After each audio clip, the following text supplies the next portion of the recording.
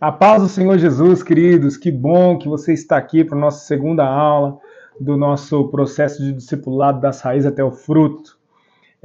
Nós estamos caminhando nesse processo e eu tenho certeza que se você colocar em prática cada ensinamento aqui ministrado, sua vida nunca mais será a mesma, você vai ser transformado pela revelação da palavra do Senhor. Amém? Vamos falar hoje a respeito da maravilhosa graça de Deus. Nós falamos na semana passada a respeito da família e hoje nós vamos falar da graça de Deus, amém? Você pode fechar os seus olhos, vamos orar juntos?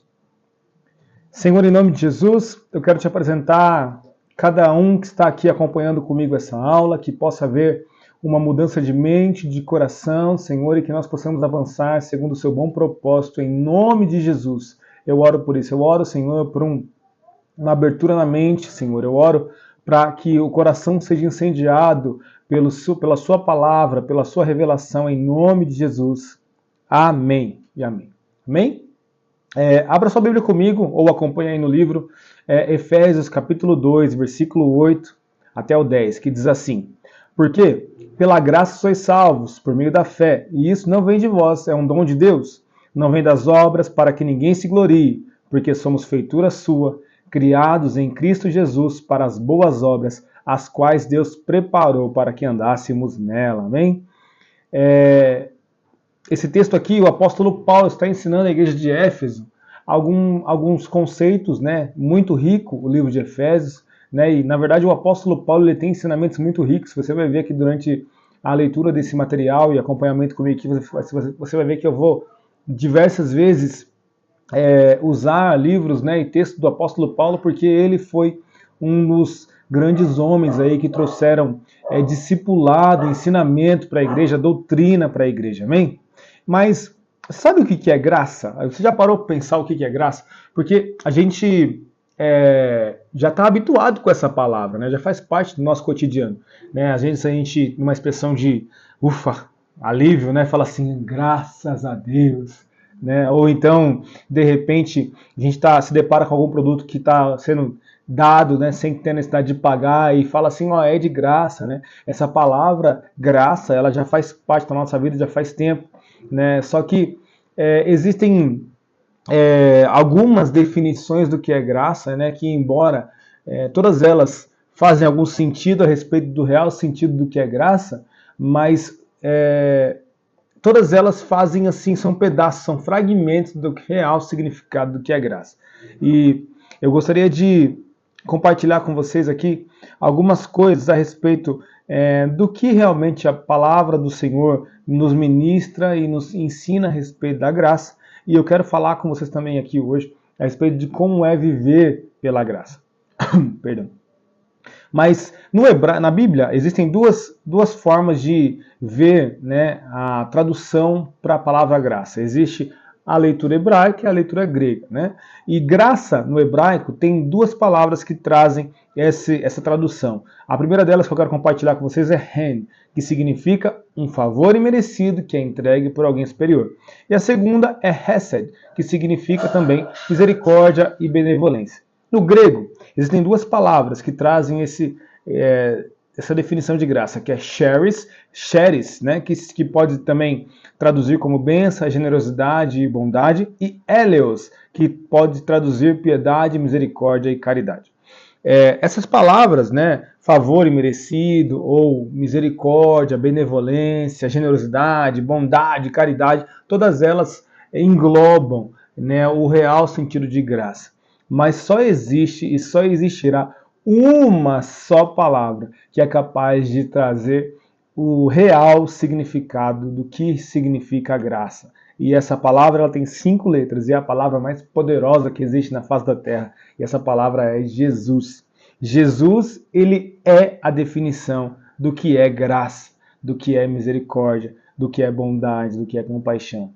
A palavra do Senhor diz em João capítulo 1, versículo 1 assim: No princípio era aquele que é a palavra, ele estava com Deus e era Deus. Jesus, ele é a palavra de Deus, ele é a própria encarnação de Deus, né? Então ele simboliza, ele traz o real sentido da graça nele mesmo, né? Ele é misericordioso, ele é bondoso, ele é caridoso, né? E por que Jesus representa a graça? Eu quero explicar para você um pouquinho, para você entender o que é, do que nós estamos falando aqui.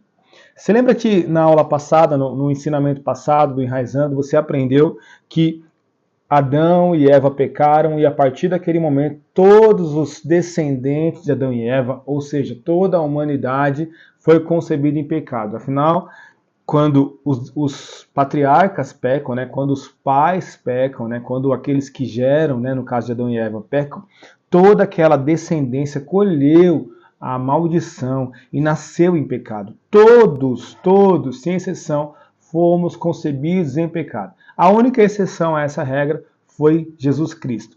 Porque como todos aqueles que viviam, né, vinham dessa paternidade adâmica, dessa linhagem adâmica aí de Adão, nasceram contaminados, Jesus, quando foi nascer para redimir toda a humanidade, ele não podia trazer esse legado de pecado na vida dele. Afinal de contas, Jesus ele nasceu sem pecado. Então Deus encontrou Maria, né? Você sabe muito bem dessa história. Deus encontrou Maria e gerou dentro dela, através do Espírito Santo, um filho, e esse filho foi Jesus. O pai, o homem, ele é aquele que traz aquele legado, né, aquela paternidade toda. Então, Maria, quando ficou grávida do Espírito Santo, não houve nenhum envolvimento de um homem ali. José era seu marido prometido, já estava prometido em casamento a Maria, porém, eles não tiveram nenhuma relação. Por quê? Porque o que Maria estava gerando não podia ter interferência humana, mas sim de Deus. E quando Jesus nasceu, né, ele veio um ser puro que não carregava toda aquela linhagem de derrota, de miséria, de pecado que tinha se corrompido através do pecado que Adão cometeu, através do pecado original, né? Então, quando Jesus nasceu, ele nasceu sem esse legado, sem essa imundície do pecado. E por que Jesus teve que nascer assim? Porque nós, toda a humanidade, estava em dívida com Deus. Quando Adão pecou, ele colocou todos os seres humanos em dívida com Deus. E esse é um ponto interessante, porque isso inclusive também nós falamos a respeito na aula passada a respeito disso, mas Deus entregou Jesus para morrer por amor a nós, para pagar uma dívida que era com ele. Não se engane, querido, por favor. Jesus não morreu para pagar uma dívida com o diabo. Jesus morreu para pagar uma dívida com Deus. E somente um Deus podia pagar a dívida que era com Deus. Então Jesus ele veio para a terra, ele se fez homem. A Bíblia fala que ele abriu mão da sua divindade, vindo a ser homem e se colocou como servo de todos nós. Ele veio nessa característica humana para servir todos nós, para que nós possamos hoje ter acesso àquele religamento com Deus. Então, Jesus ele veio como homem, ele passou por todas aquelas humilhações, aquela morte terrível de cruz, e essa morte, esse sacrifício foi espontâneo, de livre e espontânea vontade. Ele quis passar por aquilo, ele escolheu passar por aquilo, para justamente eu e você hoje tivéssemos acesso à salvação. Então, quando o apóstolo Paulo diz que a salvação é por graça, é um dom de Deus, ele está dizendo o seguinte: Deus deu Jesus Cristo para morrer por nós, para que nós pudéssemos ser restaurados ao nosso lugar de direito como filhos de Deus. Isso é muito lindo, isso é maravilhoso, isso é grandioso, isso é incrível, né? Por quê? Porque Jesus ele não precisava ter feito isso, mas ele fez porque ele nos ama, porque ele nos quer, porque ele nos deseja, porque ele acredita na gente, acredita em mim, acredita em você. E isso é graça. Por isso que Jesus ele carrega, esse nome carrega o significado total da graça, porque nós não merecíamos, foi por misericórdia, foi por bondade, foi por caridade, foi por amor. Foi por isso que Jesus morreu por nós, né? Então, quando Jesus encontrou a humanidade, todos estavam em pecado, todos precisavam da misericórdia dele para ser restaurados, para ser realinhados, todos, até hoje nós precisamos.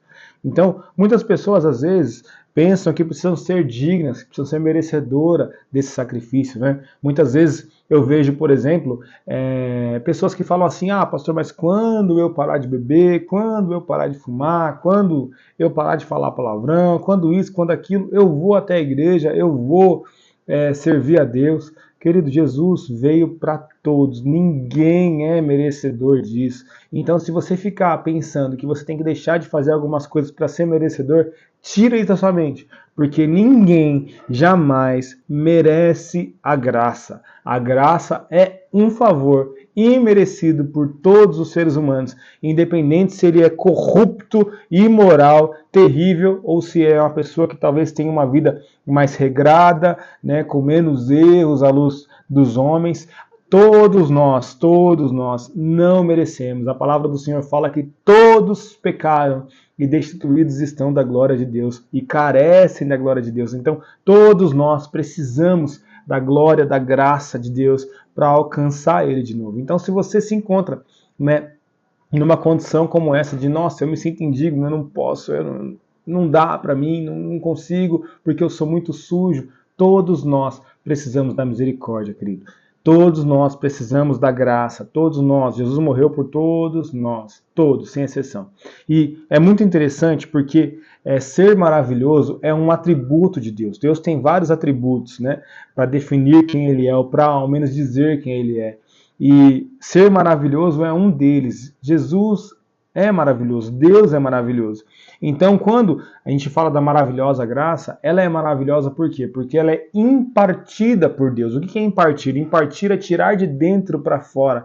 E Deus, ele tirou um pedaço dele para fora para compartilhar com a gente, que é a graça. A misericórdia dele nos alcançou. E por isso que a graça é maravilhosa. Porque como pode alguém entregar um filho por alguém que o feriu gravemente? Não faz sentido isso, né? Eu acho que se o nosso senso de justiça própria ele é tão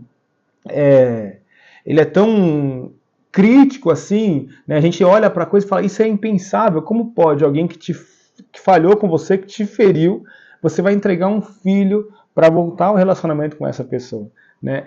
Foi isso que Deus fez. Deus entregou um filho para que o relacionamento nosso com ele fosse restaurado, reestabelecido. Então, assim, a nossa mente não consegue raciocinar a respeito disso. A nossa mente não consegue entrar nisso, tipo assim, falar: cara, como pode isso ser verdade? Como pode um Deus que foi ferido por um homem entregar um filho para restaurar esse relacionamento de homem, né, com um homem? Isso é a graça, porque a graça, ela é dom, ela é entregue de Deus, ela é entregue de Deus para todos nós. Todos nós. E nós não merecíamos isso. Isso é um negócio que é impossível você falar assim: cara, eu mereço a morte de Jesus, eu mereci que Jesus fizesse. Ninguém pode falar isso. Por isso que a graça, ela sempre será imerecida, né? Jesus diz assim, quando falaram com ele a respeito de ele estar se envolvendo com pessoas que, ao olhar dos homens naquele tempo, eram impuras, prostitutas, pecadores, cobradores de impostos. As pessoas olhavam para Jesus almoçando, comendo com eles, tendo um tempo de mesa com eles e falavam: cara, tá doido, esse homem aí não pode fazer isso. E aí ele respondeu, em Lucas 5,31, não são os que têm saúde que precisam de médico, mas sim os doentes. Eu não vim chamar justos, mas pecadores ao arrependimento. Cara, isso é muito lindo. É muito lindo porque Jesus, ele veio para pagar um pecado que não era dele. Ele assumiu uma culpa que não era dele. Ele assumiu uma maldição que não era dele. Ele morreu a nossa morte. Ele morreu com a nossa culpa. E é por isso que nós amamos ele. É por isso que é bom, é agradável, é lindo viver na graça de Deus. Porque a graça de Deus nos alcança e nos dá acesso à salvação. Ninguém jamais pode merecer a graça, mas a graça é a graça, porque ela foi entregue por nós. Eu gosto de dizer aquela famosa frase: a graça é de graça, mas não foi de graça, né? A graça, ela foi entregue por nós, sem que nós tivéssemos que pagar nada por ela, mas ela não foi de graça, ela custou tudo para Deus. Ela custou um filho para Deus, né? Só que Jesus, ele nasceu num tempo onde Israel, né, e o mundo inteiro estava sendo governado por leis. Eu não sei se você conhece muito bem essa história, mas eu quero mostrar para você mais ou menos como é que funcionava. Quando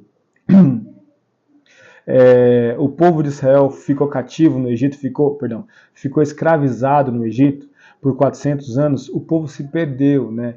Você imagina 400 anos de escravidão, o que faz na cabeça de uma pessoa, né? Talvez aqueles princípios que tinham, né, sido carregados de geração em geração, Abraão, Isaac, Jacó, José, foi se perdendo, porque 400 anos de uma pessoa que perde a sua identidade, escravo não tem identidade, escravo não tem caminho, escravo não tem perspectiva. Você imagina 400 anos de família sendo geradas assim, sem perspectiva, sem princípios, sem valores. E o Senhor ouviu o clamor do povo de Israel que estava no Egito por 400 anos e enviou Moisés até lá para libertar esse povo. Eu tenho certeza que você já viu essa história em algum lugar, né? Se você não leu na Bíblia, você viu na novela dos 10 Mandamentos da Record. Mas um dia Moisés foi um filho de uma escrava judia hebreia, né? E ele foi colocado num cesto, né, no rio, e ele foi parar lá, e a filha do faraó criou ele como se fosse um dos seus filhos. Então ele cresceu no palácio do faraó, ele cresceu na casa de faraó, teve os ensinamentos de egípcios, ele teve todo aquele ensinamento que os egípcios tinham. Depois ele matou um egípcio porque estava batendo num hebreu e fugiu. Quando ele fugiu, ele se encontrou com a sua esposa Zípora e com seu sogro Jetro. Jetro era um sacerdote pagão e Moisés ficou mais um bocado de tempo lá com aquele povo que era pagão. Então você imagina a cabeça de Moisés. Saiu do Egito com aquele monte de deuses estranhos, foi para Jetro em Midian e conheceu mais um monte de deuses pagãos e de repente ele vai pastorear e ele encontra a sarça ardente. E a sarça falou para ele assim: Moisés, vai lá que eu tenho ouvido o clamor do meu povo, vai lá que eu vou libertar eles. Mais uma vez Deus manifestando a sua misericórdia ali. Vai lá que eu vou libertar. E Moisés, naquele momento, ele estava tão perdido, né, sem saber quem é que estava falando com ele, porque ele já tinha tanto tempo já vivido naquela realidade do Egito e de Midian, que ele falou: cara, mas em nome de quem? Quem é você? E aí Deus fala assim: eu sou, te enviou. Então você imagina, Moisés foi retirar o povo do Egito sem ao menos conhecer Deus direito. Ele foi sabendo do chamado que ele tinha por Deus. Quando ele chegou lá, ele tirou o povo do Egito, né? Você sabe toda a história das pragas, né? Do Mar Vermelho se abrindo. Enquanto eles estavam no deserto, o Senhor começou a dar leis para o povo. Leis. Por que as leis? Porque o povo precisava aprender a voltar a ser gente, voltar a ser, andar em sociedade, voltar a ter princípios, voltar a ter valores. Então o Senhor trouxe uma série de regras e doutrinas para ensinar o povo de novo a viver, a se ter comunhão, a saber se relacionar. E Deus fez isso, deu um monte de regras, né? O livro de Levítico, por exemplo, é uma série de leis. O livro de Êxodo tem leis, né? Os 10 mandamentos estão lá em Êxodo. Então, se você olhar as escrituras, os 5 primeiros livros da Bíblia, você vai ver que são várias leis ali impostas por Moisés, por Deus, através da vida de Moisés. A Bíblia chama Moisés de legislador. E o que é um legislador? É aquele que faz as leis, aquele que entrega as leis, né? Por exemplo, no Brasil, hoje nós temos 3 poderes: executivo, legislativo e judiciário. Executivo são os governadores, prefeitos e presidentes. Os judiciários são os juízes e os legislativos são os senadores, os deputados, os vereadores, né? Enfim. Eles são responsáveis por fazer a lei. Então Moisés ele veio e trouxe essas leis para o povo. E desde o tempo que eles foram libertos do Egito até Jesus, quem governava o povo de Israel era essas leis de Levítico, essas leis que colocavam limites para tudo, né? O povo precisava de limite, então o Senhor estabeleceu aqui, regras, né? Só que Deus é maravilhoso, querido, e você precisa sempre entender que Deus ele se move o tempo todo. Deus nunca muda, mas ele se move. Então ele enviou Jesus. Jesus, ele veio, segundo a palavra em hebreu, diz que ele é o último legislador, que ele é um novo legislador. E ele veio semelhantemente a Moisés também, trazendo sobre ele a responsabilidade de ressignificar essas leis. Então, a Bíblia fala em Mateus 5,17 assim, ele mesmo diz assim, não pensem que vim abolir a lei ou os profetas, eu não vim abolir, mas eu vim cumprir essas leis. Então Jesus ele veio debaixo da lei, Jesus nasceu debaixo da lei, Jesus ele viveu os preceitos da lei até a sua maioridade, até os 30 anos de idade, ele seguiu a risca, ele foi desde menino até chegar na idade adulta ali, obediente, passou pela todos os processos que alguém precisava passar como judeu da época, porém, quando ele começou o ministério dele, ele começou a fazer algo diferente, ele começou a trazer um novo mandamento, um novo tipo de relacionamento. E a base do relacionamento que Jesus vem nos ensinar é a base do amor. É por isso que você vai ouvir, se já não tiver ouvido, que nós vivemos hoje no tempo da graça e não mais no tempo da lei. Porque a partir da morte de Jesus, nós deixamos de caminhar debaixo da lei e começamos a caminhar na graça. E o que é a graça? Graça é esse favor imerecido. Então Jesus ele vem nos ensinar novamente, assim como as leis serviram no passado para ensinar os escravos a ser gente, a lei de Jesus ou os mandamentos de Jesus, ou o tempo da graça que Jesus veio trazer sobre a terra, também vem ensinar a gente a ser também deixar de ser escravos, deixar de ser presos pelo pecado. O Senhor nos libertou do poder do pecado, assim como Moisés também fez. O Senhor, ele veio, arrancou a gente da prisão, do cativeiro, da morte, das trevas, e nos novamente deu uma nova oportunidade de viver, uma nova oportunidade de crescer, uma nova oportunidade de avançar. Amém? E para isso, ele trouxe novos mandamentos. E o primeiro mandamento que ele nos trouxe é semelhante ao que já tinha nos 10 mandamentos, que é amar a Deus sobre todas as coisas, de todo o coração e de todo entendimento. E o segundo, amar ao próximo como a ti mesmo. Na verdade, Jesus trouxe um resumo da lei. Porque se você ler os 10 mandamentos, os 4 primeiros vão falar a respeito da reverência, da honra dos homens para com Deus. E a partir do 5º até o 10º, você vai ver a reverência, o amor e honra de homem para com o homem. Jesus pegou e falou assim, olha, a partir de agora você vai ter 2, tá? O primeiro, você vai amar a Deus com todo o seu coração, e o segundo, você vai amar o seu irmão como a ti mesmo. Então, Jesus ele passou por todo esse processo, ele se tornou um novo legislador do povo, ele se tornou um novo... ele trouxe uma nova lei para o povo, e essa lei é baseada no amor. É uma lei baseada num novo conceito de viver, baseado que você ama a Deus, e isso importa mais do que regras. E é justamente isso que é viver na graça, querido. Eu gostaria de explicar para você isso melhor. Viver na graça é saber que nós não vivemos mais baseado por regras, nós vivemos baseado pelo amor. E o que isso quer dizer? Que quando a gente ama, a gente não trai. Quando a gente ama, a gente não rouba.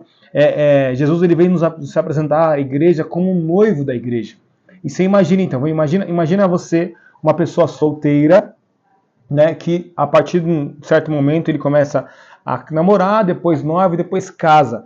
Cada processo desse daqui, desde a fase de solteiro até a fase de namorado, até a fase de noivo, até a fase de casado, tem relacionamentos diferentes. Então, por exemplo, você se comporta diferente, comportamentos diferentes, né? Então, quando a pessoa é solteira, ela faz o que ela bem entende, ela faz o que ela quer. Quando a pessoa se torna casada, aqui o relacionamento muda, porque ela tem um compromisso sério com alguém. E por amor, ela abre mão de algumas coisas que ela fazia como solteiro, porque ela assumiu um novo relacionamento, um novo compromisso, uma nova etapa na vida. Assim é a forma que Deus quer se relacionar com a gente. Ele diz assim, o apóstolo Paulo diz assim, tudo me é lícito, mas nem tudo me convém, tudo me é permitido, mas eu não deixarei que nada me domine. A graça, ela tem esse sentido. Cara, tudo te é permitido, filho. Você pode fazer o que você quiser, você pode comer o que você quiser, você pode trabalhar no dia que você quiser, porém, nem tudo te convém fazer. Você pode se vestir da forma que você quiser, mas nem todas as vestimentas são cabíveis para esse novo tempo. Você pode beber o que você quiser, mas nem toda bebida é cabível para esse novo tempo. Então, Jesus ele vem nos ensinar uma nova forma de viver, uma nova forma de se relacionar com Ele. E não porque Deus ele é aquele Senhor cheio de leis, mas não, porque Ele é nosso Pai. Jesus veio mostrar-nos o Pai. E essa parte de mostrar o Pai também veio ensinar que o Pai é aquele que ama, é aquele que tem prazer nos filhos, é aquele que quer ver os filhos se relacionar por amor e não só por obediência. Então, Jesus ele veio, por exemplo, se você ler o Sermão do Monte, Mateus 5, você vai ver que Jesus dá várias instruções a respeito de um novo mandamento, de uma nova lei. Por exemplo, em Mateus 5,38 ele diz assim, ó, vocês ouviram o que foi dito, olho por olho e dente por dente. Na lei era assim, né? Ó, furou meu olho, eu furo o seu, bateu na minha cara, eu bato na sua. Mas Jesus diz assim, mas eu lhes digo, não resistam ao perverso. Se alguém ferir na face direita, ofereça também a outra. Então Jesus fala assim, olha, a partir de agora, não vai ser mais assim na vingança, não vai ser assim mais. Agora, se você tomar um tapa na sua face, você vai virar outro e vai para tomar também. Se alguém roubar a sua túnica, você entrega a sua capa. Né? Jesus ele veio trazer um novo modelo de viver a vida, né? De viver o relacionamento com Deus. Ele chega a dizer assim, ó, no Velho Testamento, um dos 10 mandamentos diz assim, não adulterarás. E Jesus diz assim, você ouviu o que foi dito, não adulterarás. Mas eu lhes digo, se alguém olhar para uma mulher com desejo no seu coração, já cometeu adultério com ela. Olha só que doideira. Então Jesus ele veio justamente mudar a forma que nós nos relacionamos com as pessoas e com Deus. Viver debaixo da graça é saber que nós não vamos ser mais tolerantes com o pecado. Né? Nós não vamos agora ter que viver uma vida onde pode tudo, onde você vive do jeito que você quiser, que você não tem mais compromisso. Não, longe disso. Viver pela graça é você saber que você tem que ser radical contra o pecado, porque o pecado representa tudo o que te afasta de Deus. A palavra do Senhor diz que nós devemos fugir da aparência do mal. Então, cara, parece que é mal, isso não serve para mim porque eu encontrei alguma coisa que vale muito mais, que é muito mais poderosa, que é muito mais viva, que é muito mais linda, que é muito mais preciosa para mim. E como que nós vivemos pela graça? Né? A palavra do Senhor diz em 1 João, capítulo 2, versículo 1 e 2, assim, ó, meus filhinhos, estas coisas vos escrevo para que não pequeis. E se alguém pecar, temos um advogado para com o Pai, Jesus Cristo, o justo. E ele é a propiciação pelos nossos pecados, não somente pelos nossos, mas também pelo de todo mundo. Jesus fala assim, olha, viver pela graça é mais ou menos assim, querido. Você agora não é mais escravo do pecado. Jesus, ele te arrancou dessa escravidão. Porém, haverá dias em que você pode cometer alguns pecados. Qual que é a grande diferença de viver pela graça? É que o pecado deixou de ser aquilo que te domina para ser um acidente. Né? Porque às vezes você vai sofrer alguns deslizes na sua caminhada de fé, você vai cometer algum pecado, você vai se irar e vai acabar falhando. Isso pode acontecer.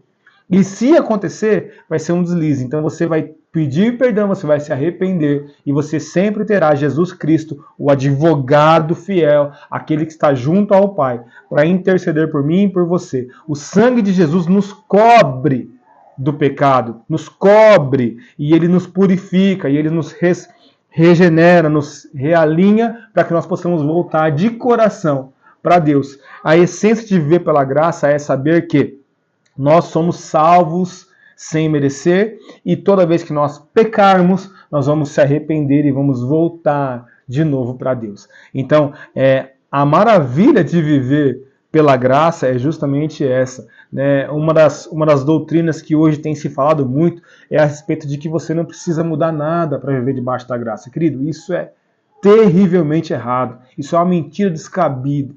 E eu gosto de falar muito sobre isso, porque esse negócio de que Jesus te aceita do jeito que você é, não existe. Deixa eu deixar bem claro isso para vocês. Jesus, ele te recebe do jeito que você está. Você pode ter vindo de onde quer que você veio, né? Não importa se você praticava coisas terríveis aí fora, Jesus vai te receber assim. Mas ele não aceita que você continue igual, de jeito nenhum. Ele aceita que você venha até ele, você se achega a ele, mas a partir do momento que você se encontra com ele, é necessário haver mudanças. Então, se o conhecimento da graça que você tem na sua vida não te leva a uma mudança genuína de caráter, isso não existe. Eu acho muito legal quando Jesus curava alguém, quando Jesus, a mulher que foi pega em adultério, por exemplo, Jesus ele pegou e falou assim, olha, todo mundo estava querendo apedrejar ela porque a lei dava autonomia para eles apedrejarem ela, porque ela foi pega em flagrante em adultério, e Jesus pega e fala assim, olha, quem não tiver pecado, que atire a primeira pedra, não foi isso? Aí, cada um que estava com a sua pedra na mão, largou a pedra e foram embora. E Jesus olha para a mulher e fala assim, mulher, onde estão os seus acusadores? Ninguém te condenou e eu também não te condeno. Só que aí ele diz uma frase que deve ser a frase que muda a minha e a sua vida a partir do momento que a gente se encontra com Jesus. Vá e não peques mais. A questão aqui não é a forma que aquela mulher encontrou Jesus. A questão aqui é o que ela vai fazer após encontrar com ele. E o sentido da graça, o sentido de encontrar com Jesus é justamente esse. Cara, Jesus ele te dá acesso à salvação, não importa de onde você veio. Mas a partir do momento que você teve acesso a essa graça, você precisa mudar o seu comportamento para não cair dela.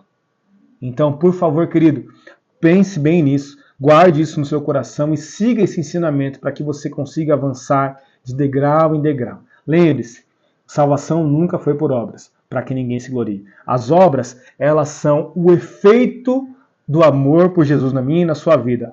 As obras são a manifestação da nossa adoração para Ele, mas ela não te garante a salvação. O que garante a salvação para você não é o que você faz, e sim o que Ele fez. Amém? Então, só para finalizar, o texto que eu coloquei aqui no final, a frase que eu coloquei no final, eu gostaria de ler com vocês, que diz assim: graça é a manifestação da bondade e misericórdia de Deus aos homens, através do sacrifício da cruz, para dar acesso à salvação por meio do perdão dos pecados e restaurar o homem na condição de filho de Deus. Amém? Então você foi alcançado pela graça e por isso você pode hoje ser chamado de filho do Altíssimo.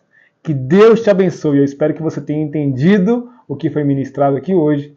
E, em nome de Jesus, que você possa ter uma vida cheia da graça do Senhor. Em nome do Pai, do Filho e do Espírito Santo. Tamo junto. Deus abençoe.